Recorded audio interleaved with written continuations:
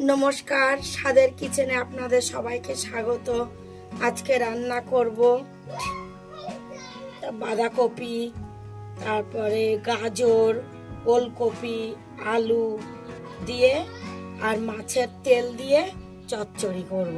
কড়াইতে জল দিয়ে দেব, জল গরম হয়ে গিয়েছে। এই সবজিগুলো একটু ভাপিয়ে নেব, অল্প একটু লবণ দিয়ে দেবো, এবার একটু ঢেকে দেবো। এবার ঢাকনাটা তুলে দেখবো, এবার নামিয়ে নেব।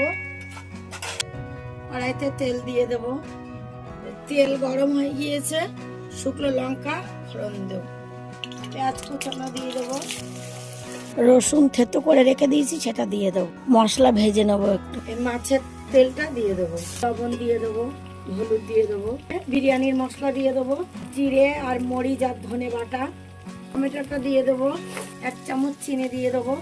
আর মশলাটা সব কষিয়ে নেবো ভালো করে।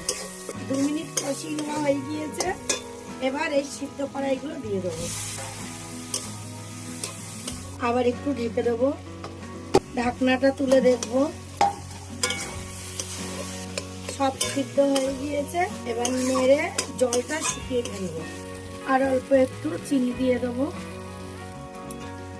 জল শুকিয়ে গিয়েছে, এর গা দিয়ে তেলও ছেড়ে দিয়েছে, এবার নামিয়ে নেব।